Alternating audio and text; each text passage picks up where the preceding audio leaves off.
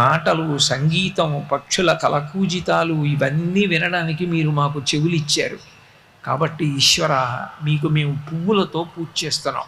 పువ్వుకి శబ్దం లేదు కదండి అంటారేమో. పువ్వులో ఉన్న తేనె కొరకు మాత్రమే భ్రమరములు ఝంకారం చేస్తూ పువ్వు దగ్గరికి వస్తాయి. కాబట్టి పువ్వులకు శబ్దములు ఉన్నట్టే లెక్క. ఇప్పుడు ఈ దండని తెచ్చుకోలేదు, కానీ ఈ దండ నా మెడలో వేశారు, ఇప్పుడు ఇది నా దండ అయిపోయింది.